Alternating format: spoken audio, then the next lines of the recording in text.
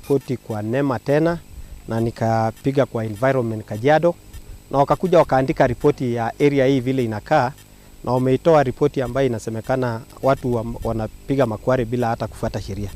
Ukiangalia hapa sasa, mimi ndio MCA wa area, lakini mimi ndio mudhariwa, mtu ambaye ameadhirika kabisa katika mambo hii ya kware, kwa sababu kuna kware iko karibu na boma langu, hatuna barabara.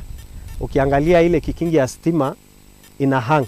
The locals attribute explosions in the area to the mine. This, they say, is producing dust linked to health complications. They also blamed the mine for failing electricity poles, thrusting the area into darkness. Ile shida tuko nayo hapa ni barabara na stima. Ile ingine ni barudi, inatukonga kila saa na inatuharibu na barudi. Ile ingine ni vumbi.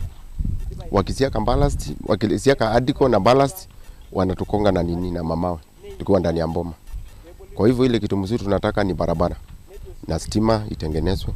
The angry residents now call for speedy action from the government, failure to which they say they will take matters into their own hands. Na sasa tuko na uchungu sana. Hata hapa kwa MCA unaona saa hizi kikingi hata hakuna.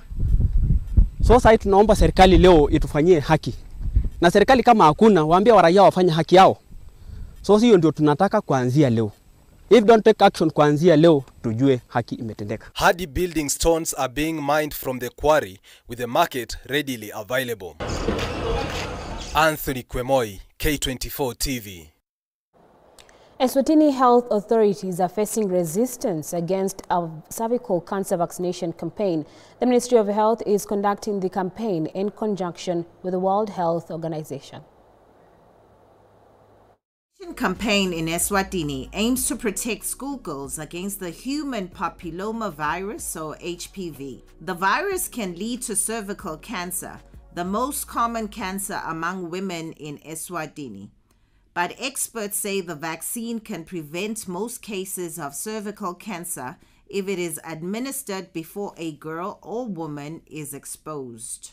Despite this, the vaccination campaign is stirring debate among parents in the Manzini region and elsewhere in the country. Some say the government did not provide enough information when it launched the program in June 2023. Precious Shongwe is a parent and cervical cancer survivor. I am well versed because I work in the health sector, but I still feel like I still have other certain questions as much as I support it, especially for other parents, because a lot has been said, there are a lot of myths that are still ongoing, and parents are not given a chance to ask questions. Even the girls are also not given a chance to ask. The Ministry of Health is running the campaign in partnership with the World Health Organization, WHO, and Gavi, the Vaccine Alliance, which provides funding for vaccines for children in poor countries. Sisana Mamba, a grandmother and mother, says families in rural areas did not get the information they needed. I only learned about the vaccination program from the school, and then the following week I was handed consent forms to fill and sign for our children without adequate education on the matter. Parents like us, especially in rural areas, were left uninformed and signed with a lack of understanding. But a spokesperson for the Ministry of Health says the government properly informed all communities before the vaccination drive and continues to do so. We continue to educate communities, we continue to educate parents, and we engage in community dialogues in terms of the importance of taking the HPV vaccine. We also share information through various media platforms. We also use opportunities that we get during outreach, community outreach projects where we go and give health services. Cedric Chewa is the president of the Eswatini Schools Committee and the Parents Association. The government informed head teachers but left parents out. We have many questions that haven't been answered. As the debate continues over the HPV vaccination, the vaccination campaign continues in a bid to protect young people from HPV and lower the highest rate of cervical cancer in the world. Adopted from Ethiopia, now she's embarking on PhD at 16 years old. This is the story of a girl whose mother succumbed to TB when she was only 10 months old. She now becomes the youngest graduate of Texas Woman University. 16-year-old Hannah Taylor-Schlitz is preparing to commence a PhD program at Texas Women's University, TW, this summer.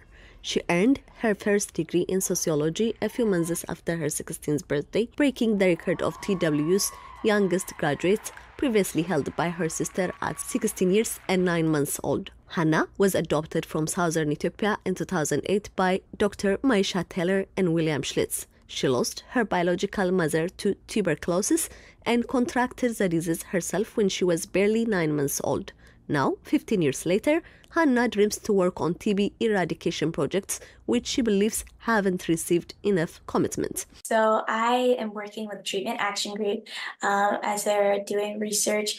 I want to hopefully incorporate my own research eventually, but I want to, as I was personally affected, both myself and my birth mom, I want to be able to give other people the opportunity they deserve, whether it be someone in Ethiopia in an orphanage somewhere. If they have tuberculosis, they could be these future leaders that we all see future me's. Hannah's dad, William Schlitz, vividly recalls the day he and his family received custody of Hannah from an adoption center in Ethiopia. Seeing Hannah achieve such success brings back many memories and emotions. Yeah, it's, you know, I'll cry, but it's very emotional to think where she started and then to see her walk across that stage and receive her degree on Friday in 15 and a half years. Yeah, she's an amazing young lady with such a beautiful soul, and she's so determined to make an impact on the world. And so, yeah, we've been contemplating that first time we got to meet her and how small she was, how fragile she was, how concerned we were that she wasn't going to make it back to the United States. So to see who she is today, yeah, it's very heartwarming and very emotional for the family. As the third child in her family, Hannah Taylor-Schlitz looks up to her brother and older sister, Haley Taylor-Schlitz. A great deal, especially since my sister was the previous record holder. So I am just like, that's a great person to take over her record. My parents are very happy that I was able to go through this journey. I'm very happy personally as well that I could go through the academic journey to get to where I am. And that update draws Newscast to a close. Thank you so much for watching. My name is Harriet Chimeno. Sign language interpreter has been Walter Asewe. Good afternoon and see you at 9 p.m.